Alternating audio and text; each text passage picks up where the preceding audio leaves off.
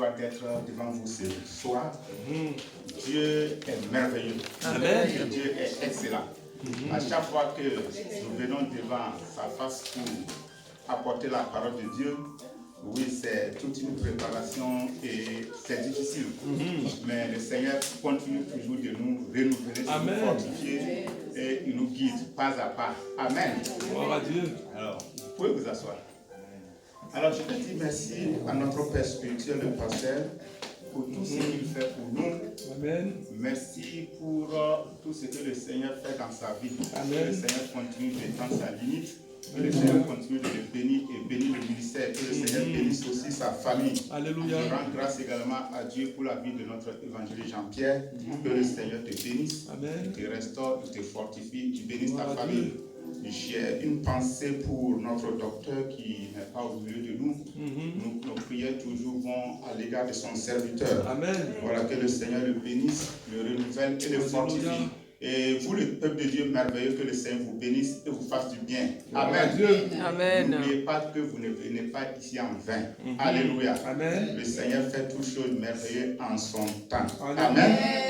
Donc, avant d'entrer dans le vif du sujet, je vais prier. Gloire à Dieu. Excellent Père de gloire, que ton nom soit béni, que la gloire te revienne dans le puissant nom de Christ Jésus. Amen. Merci, avant que nous soyons ici, tu avais déjà, oui Seigneur, dévancé. Oui. Comme tu l'as dit dans ta parole, tu nous dévances dans tout. Oh Père, merci parce que oui Seigneur, tu avais prévu ces moments que je vais te rendre grâce pour mon frère et pour ma soeur, tous ceux qui sont présents. Merci pour ta riche bénédiction au nom de Jésus. Père, oui Seigneur, ce mois est béni, que nous allons plonger nos regards dans ta parole. Papa, oui Seigneur, nous voudrons que par l'Esprit de grâce, tu viennes nous éclairer. Nous voudrons que tu viennes nous orienter. Nous voudrons que tu viennes nous donner encore la révélation de ta parole, oui Seigneur. Oh Papa, Père puissant, ce qui concerne, oui Seigneur, cet homme, oui Seigneur, qui était couché sur la piscine de Bethesda. Papa, Père puissant, nous sommes, oui Seigneur, comme cet homme. Et c'est pourquoi, oui Seigneur, donne-nous la révélation, oui Seigneur, pour que d'ici que nous allons partir, nous puissions partir avec une autre pensée. Oh Papa, de puissance et de force maintenant. Je recommande ces moments entre tes mains. Merci, Papa, oui, Seigneur, de ce que tu es au contrôle de toutes les choses. Que ton nom soit béni, que la force et la puissance te reviennent. Merci, Papa, de ce que tu vas nous bénir. Au nom de Jésus. Amen. Amen. Amen. Amen. Amen. Amen. Voilà, donc, nous allons commencer. Et le thème, c'est la guérison à la piscine de Bethesda. Amen. La guérison à la piscine de Bethesda. Il va dire, qu'est-ce que ça a à voir avec moi? Oui, nous sommes tous concernés. On va aller étape par étape et on va voir qu'on est concernés. Amen. Amen. Et référence biblique dans Jean 5, verset 1 à 9, c'est un peu long, mais soyez patients, on va lire. Et là, après, on va vite comprendre la suite. Alléluia. Il dit, après cela, il y eut une fête des Juifs et Jésus monta à Jérusalem. Verset 2. Or, à Jérusalem, près de la porte des Brebis, il y avait une piscine qui s'appelle en hébreu Bethesda et qui avait 5 portiques. Verset 3. Sous ces portiques étaient couchés en grand nombre des malades, des aveugles, des boiteux, des paralytiques qui attendaient le mouvement de l'eau. Car, verset 4, car un ange descendait de temps en temps dans la piscine et agitait l'eau. Et celui qui y descendait le premier, après que l'eau avait été agitée, était guéri, quelle que fût sa maladie. Verset 5. Là se trouvait un homme malade depuis 38 ans. Alléluia. Verset 6. Jésus l'ayant vu coucher et sachant qu'il était malade depuis longtemps, lui dit, veux-tu être guéri? Verset 7. Le malade lui répondit, Seigneur, je n'ai personne pour me jeter dans la piscine quand l'eau est agitée. Et pendant que j'y vais, un autre descend avant moi. Verset 8. Lève-toi, lui dit Jésus, prends ton lit et marche. Verset 9. Aussitôt, cet homme fut guéri, il prit son lit et il marcha. Amen. Amen. Voilà le texte qui est posé. Donc, en introduction, nous disons, la vie de chaque être humain traverse différentes saisons. Des moments de joie, mais aussi des moments de souffrance, d'attente et d'incompréhension. La Bible nous montre que même nous sommes tous terminés, Jésus peut encore intervenir et changer la situation dans notre vie. Dans l'évangile, selon Luc 7, versets 11 à 15, une mère pleurait la mort de son fils. Mais lorsque Jésus arriva, le mort s'arrêta et la vie revient. Dans l'évangile selon Jean au chapitre 5, nous découvrons la piscine de Bethesda, située à Jérusalem, près de la porte des brebis. Son nom signifie maison de miséricorde, de compassion. Sous ces 5 portiques se trouvaient de nombreux malades, aveugles, boiteux et paralytiques qui attendaient un miracle lorsque l'eau serait agitée. Parmi eux se trouvait en particulier un homme malade depuis 38 ans. Alléluia. Une souffrance persistante. Cette scène représente la réalité de nombreuses vies entourées de possibilités mais bloquées dans une situation. Alléluia. Cependant, Dieu ne nous appelle pas à rester dans la vallée de l'épreuve. Comme il est dit dans le livre de Psaume au chapitre 23, verset 4, même lorsque nous marchons dans la vallée de l'ombre de la mort, Dieu est avec nous. Il ne veut pas que nous restions dans la vallée, mais il veut que nous la traversions. Ce qui arriva ce jour-là, quelque chose d'extraordinaire allait se produire.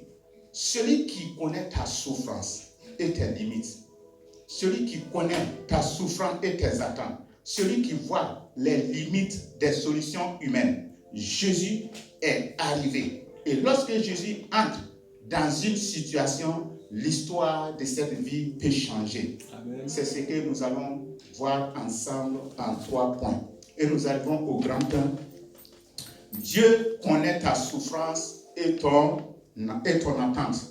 La Bible déclare, Jésus, ayant vu coucher et sachant qu'il était malade depuis longtemps, lui dit, veux-tu être guéri? Jean au chapitre 5, verset 6. Dans ce verset, 2 vérités importantes apparaissent. Jésus l'a vu et Jésus le connaissait. Cet homme était invisible, n'était pas invisible aux yeux de Jésus. Même au milieu de la foule de malades, le regard du Seigneur s'est arrêté sur lui. Jésus connaissait son histoire, la durée de sa souffrance et la profondeur de son besoin. Après 38 ans de souffrance, cet homme était probablement épuisé. Peut-être était-il découragé, voire il voulait renoncer. Il venait chaque jour au bord de la piscine, mais peut-être plus par habitude que par espérance. Cette routine lui donnait simplement un endroit où aller ou quelque chose à faire. Il n'entendait plus vraiment un miracle. C'est pourquoi la question de Jésus peut sembler surprenante. Veux-tu être guéri? Bien sûr que cet homme voulait être guéri. Mais Jésus ne pose pas de questions inutiles. En lui parlant ainsi, Jésus cherche à établir un contact entre lui. Alléluia. Donc Jésus cherche à établir un contact entre lui et la volonté, l'espérance, la foi. Avant même que la guérison physique, Jésus veut provoquer un événement intérieur, un réveil de l'âme, une étincelle de confiance. Car Dieu ne veut pas seulement restaurer le corps, il veut aussi relever le cœur. Petit 1, une longue attente. La Bible nous dit que cet homme était malade depuis 38 ans. Imaginez, 38 ans de douleur, 38 ans d'humiliation, 38 ans de dépendance des autres, 38 ans à regarder les autres avancer pendant que lui, il restait au même endroit. Autour de la piscine se trouvait une multitude de malades, des aveugles, des boiteux, des paralytiques. Tous attendaient la même chose, lorsque l'ange descendait pour agiter l'eau, on croyait que le premier à y entrer serait guéri. Mais cet homme avait un problème. C'est pourquoi il répondit à Jésus, « Seigneur, je n'ai personne pour me jeter dans la piscine quand l'eau est agitée. » Jean 5, verset 7. Autrement dit, je n'ai personne pour m'aider, personne pour me soutenir, personne pour m'accompagner. Bien-aimé, il y a des moments dans la vie où l'on peut se sentir seul ou abandonné, oublié. Mais la parole de Dieu nous rappelle une promesse puissante. Une femme peut-elle oublier l'enfant qu'elle allait? Même si elle l'oubliait, moi je ne t'oublierai jamais. Amen. Voici, je t'ai gravé sur mes mains. Ésaïe au chapitre 49, verset 15 à 16. La Bible nous dit encore, le malheur peut souvent atteindre le juste, mais l'Éternel l'en délivre toujours. Amen. Amen. Alléluia.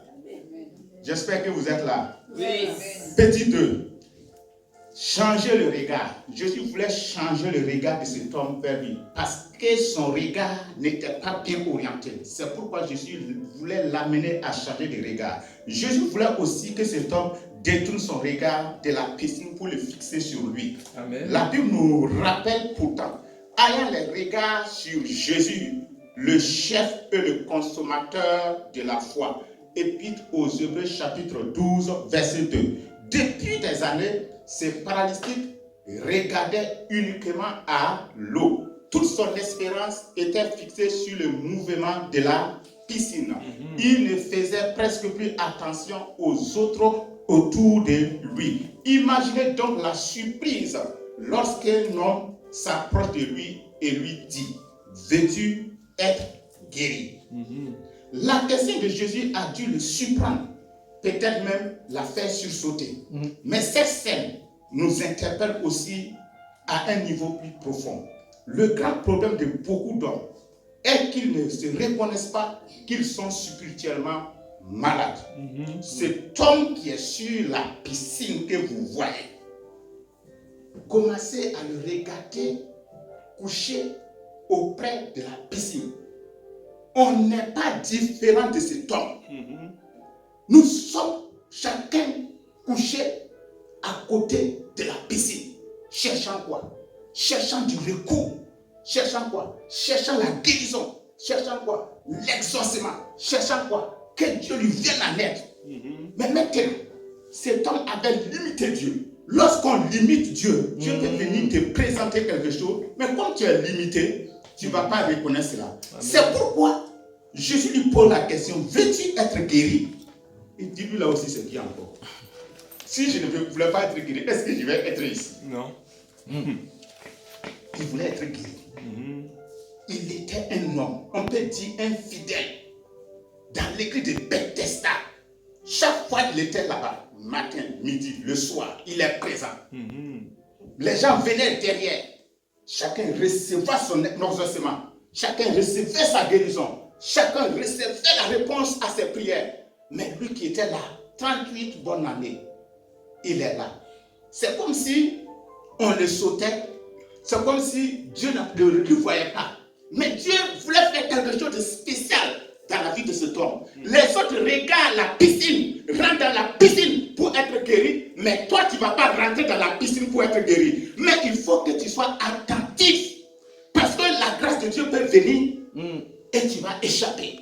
Tu vas échapper à cette grâce si tu ne tournes pas, si tu ne fixes pas tes yeux, si tu ne regardes pas bien. La grâce de Dieu va se présenter et tu vas dire non.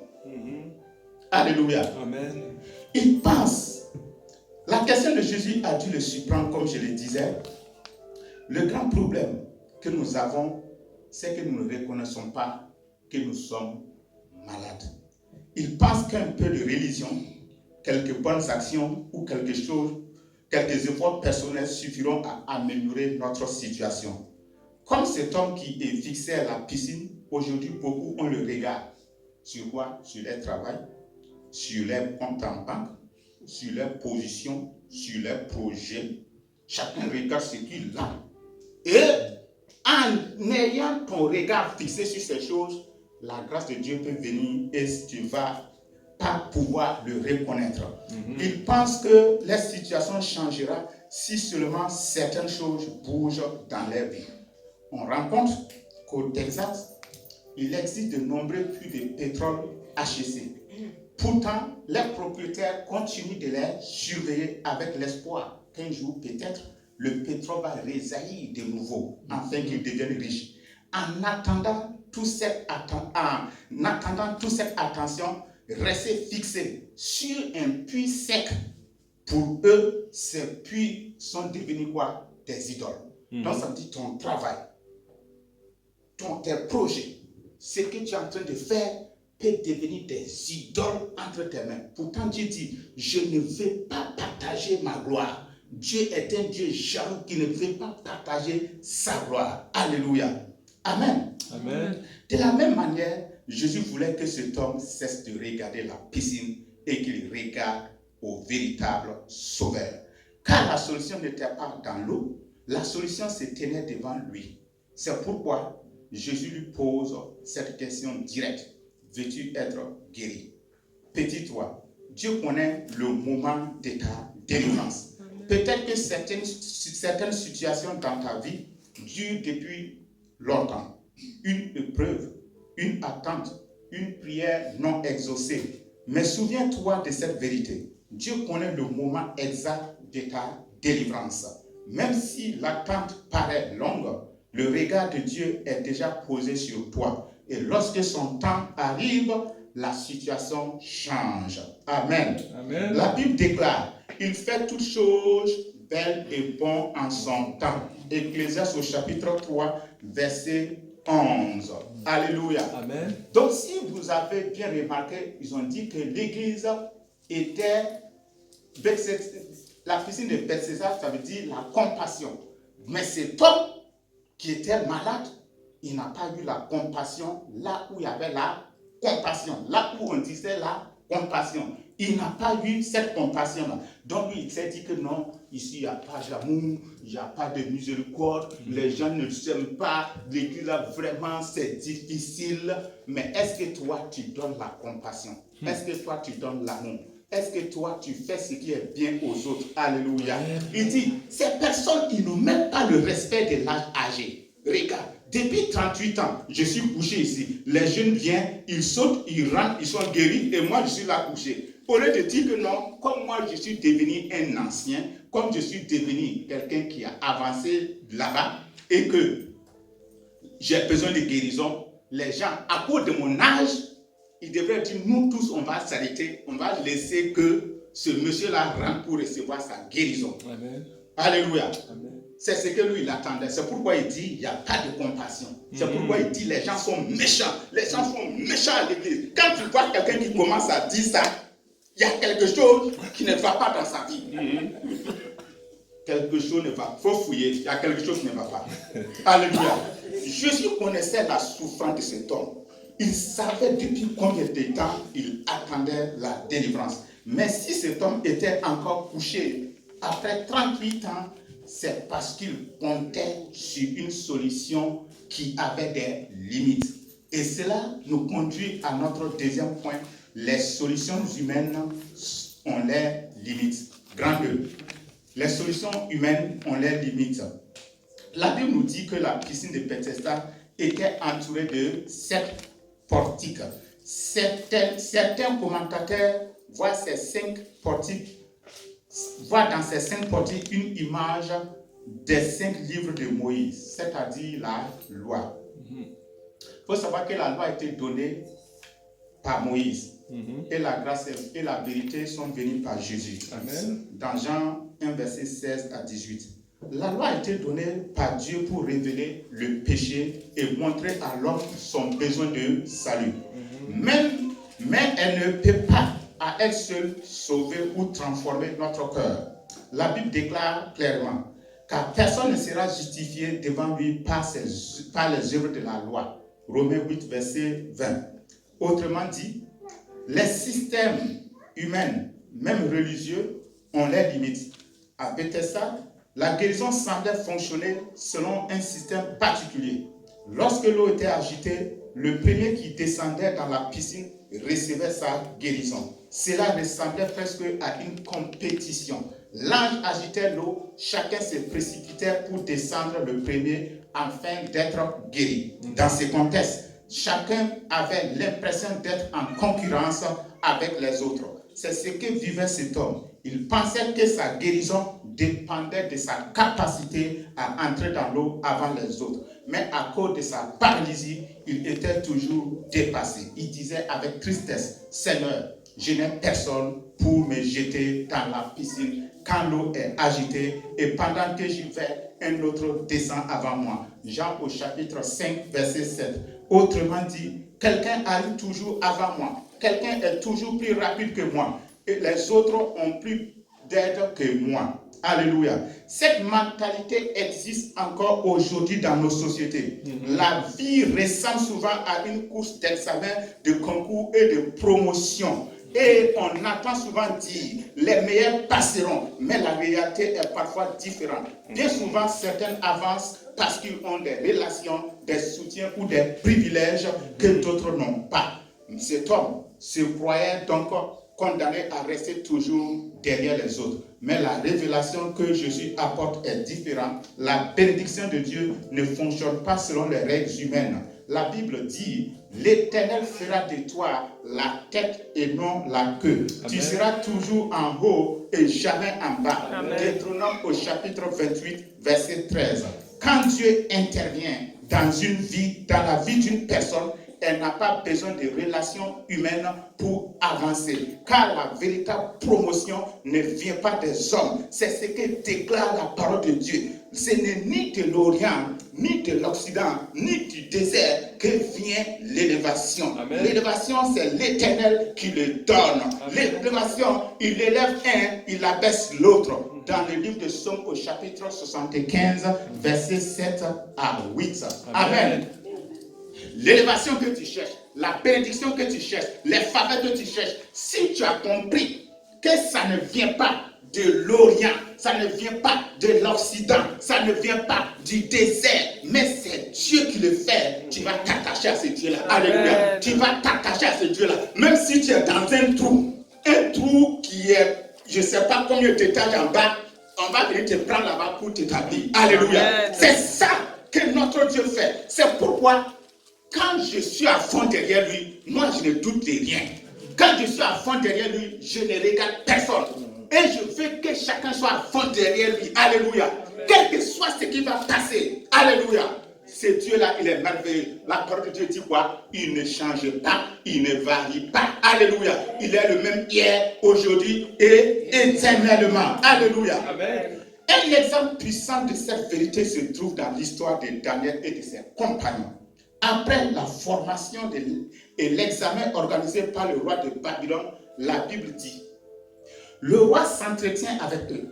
Et parmi ces jeunes gens, il s'en trouva aucun comme Daniel, Hanania, Misaël et Azaria. Sur tous les objets qui réclamaient de la sagesse et de l'intelligence, le roi les trouvait 10 fois supérieurs à tous les magiciens et les astrologues de son royaume. Dans Daniel 1, verset 19 à 20. Est-ce que vous entendez? Amen. Daniel et ses amis, supérieurs en connaissance, supérieurs en intelligence, dans un pays étranger. C'est possible. Amen. Supérieur. Qu'est-ce qui s'est passé? Ce n'est pas la faute de Daniel, ce n'est pas la faute de ses amis, mais c'est parce qu'ils ont fait confiance à l'Éternel. C'est parce qu'ils ont mis leur vie à l'Éternel. Ils ont décidé de marcher avec, quelles que soient les situations, ils ont décidé d'honorer le roi. Et comme tu as décidé, comme ils ont décidé d'honorer le roi aussi va les honorer. Et ils vont être les plus intelligents. Et parce qu'ils ont été fidèles et ils ont marché, ils n'ont pas fait de compromis. Alléluia. Amen. Et c'est ce que nous devrons faire. Notre Dieu, il est capable de donner, oui Seigneur, ce que les gens n'ont pas encore découvert. C'est nous qui allons les découvrir. Alléluia. Ce que les gens sont en train de courir chaque jour, chaque nuit et qui ne trouvent pas. Toi, va louer ton Seigneur. Va adorer ton Seigneur. Tu n'auras même pas beaucoup de temps pour le découvrir. Et c'est cette chose-là qui va te positionner dans cette vie. Alléluia. Alléluia. Et c'est cette chose qui va te positionner dans cette vie. Alléluia. Amen. Amen. Amen. Si nous continuons de courir comme les gens de ce monde courent, on ne pourra pas rivaliser avec eux. C'est pourquoi il faut prendre le sens inverse. Alléluia. Tu prends l'inverse et tu fais l'œuvre de Dieu. Tu agis avec Dieu. Dieu, lui, sait que tu as besoin. Il sait qu'il veut positionner des gens. Mais il va venir te prendre.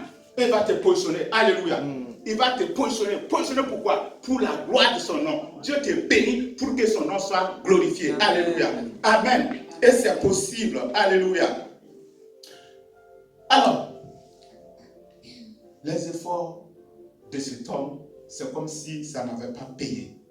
Le paralytique était fidèle, comme je le disais, fidèle dans l'église. Il connaissait même tous ceux qui étaient malades. Il pouvait même témoigner.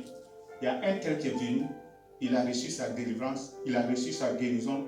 Il pouvait témoigner. Il connaissait le nom de tout le monde. Mais lui, ça n'allait pas dans sa vie. Il n'avait pas été guéri. Et il souffrait terriblement. Et il ne croyait même plus à la guérison. C'est pourquoi, quand la question lui fut posée, il dit que non, les gens sont méchants. Personne ne veut me laisser la place pour que je puisse rentrer dans l'eau. Alléluia. Donc les hommes avaient les méthodes, les règles et les limites. Mais lorsque Jésus arrive dans une situation, il ne dépend pas de ses méthodes humaines.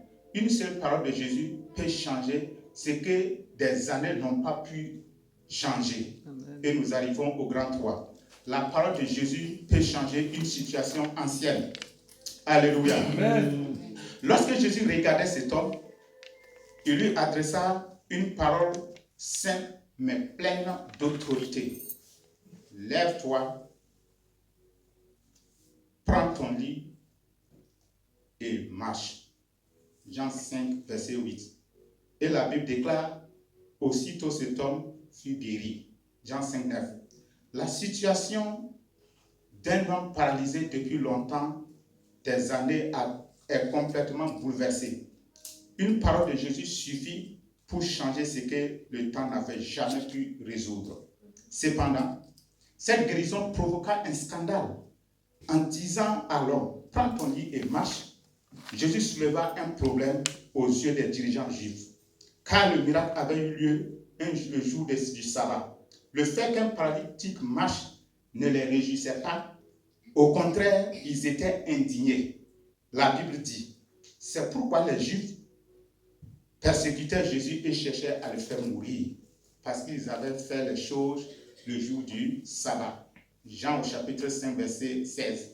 Selon la tradition des pharisiens, il était interdit de porter quoi que ce soit le jour du sabbat. Pourtant, Jésus n'avait pas violé la loi de Dieu. Dans Matthieu 5, verset 17, ce qui défendait ces pharisiens, c'était la loi divine. Ce n'était pas la loi divine, mais leur propre interprétation et les règles qu'ils avaient ajoutées. La guérison de cet homme met en lumière la dureté des cœurs des pharisiens et révéla une vérité profonde. Jésus est plus grand que les traditions humaines.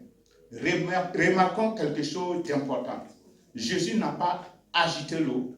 Jésus n'a pas utilisé la piscine, mais Jésus a simplement parlé. Il a déclaré. La parole de Dieu est vivante. La parole de Dieu est efficace. Hébreux 4, verset 12. Le commandement de Jésus, prends ton lit et marche, et son effet immédiat montre qu'il est au-dessus de toute superstition, de toute folklore et de toute règle inventée par les hommes. Mais sa foi dans d'autres choses que Jésus, mettre sa foi dans autre chose que Jésus conduit toujours à la déception. Mais celui qui se tourne vers lui reçoit le pardon, la restauration et la véritable guérison dont chaque être humain a besoin. Car lorsque Dieu parle, les chaînes tombent. Lorsque Dieu parle, les maladies disparaissent, les situations changent. La Bible déclare aussi, voici, je suis l'Éternel, le Dieu de toute chair. Y a-t-il quelque chose qui soit étonnant de ma part? Jérémie au chapitre 32, verset 27. Même si ton problème dure depuis longtemps, Dieu peut intervenir en un instant. C'est pourquoi Jésus affirme, aux hommes, cela est impossible, mais à Dieu, c'est possible. Amen. Matthieu 19, verset 26. Alléluia. Amen. Amen. Amen. Donc, on revient encore. Quand Jésus dit, lève-toi, prends ton lit et marche. Qu'est-ce que ça veut dire? Lève-toi, prends ton lit et marche. Lève-toi, prends ton lit et marche. Ça montre que la personne, ça montre que le lépreux est délivré carrément. Il est délivré immédiatement et il est guéri. Il n'a plus besoin du lit. Le lit qui le soutenait, il doit l'abandonner. Il n'a plus besoin d'être soutenu. La guérison est complète et cette guérison était visible. C'est pourquoi Jésus dit, lève-toi, prends ton lit et marche. Prends ton lit et marche, c'est quitter quoi? C'est quitter l'ancienne condition. La condition te clouait. La condition faisait que tu étais un mendiant. La condition faisait que tu ne t'es pas considéré. Mais Jésus vient te donner un espoir. Prends ton lit, lève-toi, prends ton lit et marche. Ce que tu ne pouvais pas faire avant, maintenant, à partir de maintenant, tu pourras le faire. Alléluia. Donc, il devrait sortir. Il était sorti de sa paralysie et il ne pouvait plus stagner. Alléluia. Il devrait avancer. Il devrait progresser. Il devrait avancer. Alléluia. Et prendre ton lit et marche, c'est entrer dans une vie nouvelle. C'est avancer, c'est reprendre le contrôle de sa vie. Cet homme pouvait reprendre le contrôle de sa vie. C'est commencer une vie meilleure avec Dieu. Alléluia. Amen. Donc cet homme pouvait, en prenant son lit et en marchant, il avait vaincu tous ses états. Il entrait dans une autre dimension pour avancer avec le Seigneur. Alléluia. C'est pourquoi je disais que cet homme, ce qu'il est arrivé, ça nous concerne. Parce que nous sommes des malades. Même si nos maladies là ne se ressentent pas. Peut-être que pour toi, ce n'est pas une paralysie physique, mais ça peut être une paralysie spirituelle qui te bloque à quelque part. Quand tu as fait une demande, quand tu as fait une prière et que tu n'as pas encore reçu l'exaucement, c'est que tu es paralysé. Si tu fais une demande, tu as adressé à Dieu une requête et que tu n'as pas eu l'exaucement, c'est que tu es paralysé. Tout le monde, toute l'église, nous sommes tous des paralysés. Parce que il n'y a pas cette personne qui a 100% de ses prières. Une fois que tu as quelque part où tu n'as pas encore eu la réponse, ça veut dire que tu es paralytique au bord de ta piscine. À toi maintenant d'avoir les yeux fixés sur le consommateur de la foi. À toi d'avoir les yeux sur celui qui sauve, qui délivre. C'est pourquoi il parle d'une femme, la femme d'aveugle de Naïm. On dit que quand les deux cortèges se sont croisés, ça veut dire qu'il y avait le cortège de Jésus, parce que quand Jésus marche, Jésus ne peut pas marcher seul. Il y a toute une équipe qui le suit. Et de l'autre côté, il y avait l'enfant mort. Et aussi, il y avait une cortège parce qu'il l'amenait pour l'enterrer. Et tellement qu'il y avait le pleur, la compassion, Jésus fut ému.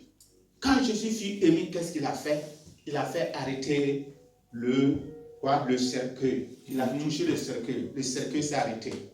Alors, là où il y a la vie et là où il y a la mort, c'est la vie qui commande. Amen. Jésus a parlé aux morts, il a dit mort, lève-toi, ta maman a besoin de toi. Amen. Alléluia. La mort était obligée de fuir. Alléluia. Et de laisser la femme dans la joie. Alléluia. Amen. Amen. Amen. Donc, c'est pourquoi je dis il faut toujours embarquer dans le bateau de Jésus. Il faut toujours embarquer dans le bateau de Jésus. Même si nous ne comprenons pas tout, reste dans ce bateau-là. Reste dans ce bateau. Ce bateau, même quelle que soit la tempête, quels que soient les vents, ce bateau ne peut pas se noyer. Ce bateau ne peut pas rentrer dans l'eau. Parce que la puissance de Dieu est là. Le maître est là. Le maître qui contrôle toutes choses est là. Et cet homme était là. Cet homme était assis et il dit, prends ton lit et marche. Il dit, je n'ai personne, je n'ai personne, je n'ai personne, je n'ai personne. Pourquoi? Il ne savait pas de qui, il ne savait pas qui le parlait, il ne savait pas qui le parlait. C'est pourquoi il dit, je n'ai personne. Il ne savait pas que celui qui le parlait, c'est celui qui avait vaincu, oui, Seigneur, les maladies. C'est celui qui avait guéri, c'est celui qui avait ressuscité, c'est celui qui avait libéré, oui, Seigneur, des aveugles. C'est celui qui avait guéri des lépreux, c'est celui qui avait vaincu la mort. C'est lui qui le parlait. Mais comme il n'avait jamais entendu parler de lui, c'est pourquoi il dit, Amen. Je n'ai personne. Je n'ai personne pour m'amener dans l'eau. Jésus. Celui qui a créé l'eau. Mhm. Celui qui ordonne à l'ange de descendre, c'est lui qui était devant toi. Amen. Gloire à Jésus. Toi, tu veux les choses qu'on envoie, pourtant le monsieur est là. Alléluia. Le monsieur est là pour toi. Et toi, tu dis non. Chez nous ici, pour être guéri là, pour que ça soit en eau dans la piscine. Et tu as fait 38 ans. 38 ans de pleurs. 38 ans de douleur. 38 ans d'humiliation. 38 ans de misère. 38 ans de pauvreté. N'es-tu pas fatigué? Oui. Alléluia. Gloire à Jésus. Donc, amis, ce n'est pas encore tard. Lorsque Dieu nous parle, c'est pour nous faire du bien. Amen. Lorsque Dieu nous parle, c'est pour nous ramener encore à lui. Alléluia. Lorsque Dieu nous parle, c'est pour nous restaurer. Lorsque Dieu nous parle, c'est pour qu'on puisse encore prendre. C'est pourquoi chaque fois que tu m'as vu voir, chaque fois je me pose des questions. Est-ce que je marche dans la voie de Dieu? Est-ce que je marche dans la voie de Dieu? Chaque fois je me pose des questions. Parce que ça ne serait pas intéressant qu'on se met à courir chaque fois pour chercher le Seigneur. Tu affrontes le froid, tu affrontes la tempête pour aller louer le Seigneur, pour aller le célébrer. Et un jour, tu vas arriver, on va dire qu'on ne te connaît pas. Lisez dans Matthieu 7, 21. Il dit, je vais dire, je ne vous connaissais pas. Ils vont dire, on a guéri des gens en ton nom. Il va dire, je ne te connais pas. C'est pourquoi nous sommes appelés à être des gens obéissants. Des gens obéissants, oui Seigneur, qui cherchent la volonté de Dieu. Ne suivons pas le monde. Ne suivons pas ceux qui sont en train de faire du cinéma. Même si nous sommes deux, nous allons nous mettre au sérieux pour pouvoir vaincre, pour pouvoir gagner. Alléluia. Alléluia. Que le Seigneur nous renouvelle. Que le Seigneur nous bénisse. Que le Seigneur nous fasse du bien. Alléluia. Amen. Que le Seigneur soit loué. Amen. Et nous arrivons à la conclusion. Alléluia. Bien-aimés, l'histoire de la piscine de Bethesda dans l'évangile de Jean au chapitre 5 nous révèle 3 vérités importantes. Dieu connaît tes souffrances et nos attentes. Les systèmes humains ont leurs limites, mais la parole de Jésus est capable de transformer nos situations. Peut-être que tu te sens aujourd'hui fatigué, découragé ou même tu abandonné. Comme cet homme malade depuis longtemps, pourtant la promesse de Dieu demeure. Il est écrit, Dieu donne la force à celui qui est fatigué et renouvelle la vigueur, donne la vigueur à ceux et renouvelle la vigueur de ceux qui se confient en lui. Dans Ésaïe au chapitre 40, verset 29 à 31. Même si ta situation dit depuis des années, Jésus peut changer les choses en un instant. Comme il a dit à cet homme, lève-toi, prends ton lit et marche. Il est également dit, lorsque le Fils a franchi quelqu'un, cette personne est réellement libre. Dans Jean au chapitre 8, verset 36. Ainsi, quand Jésus intervient, les chaînes tombent, une nouvelle vie commence. Amen. Amen. Amen. Amen.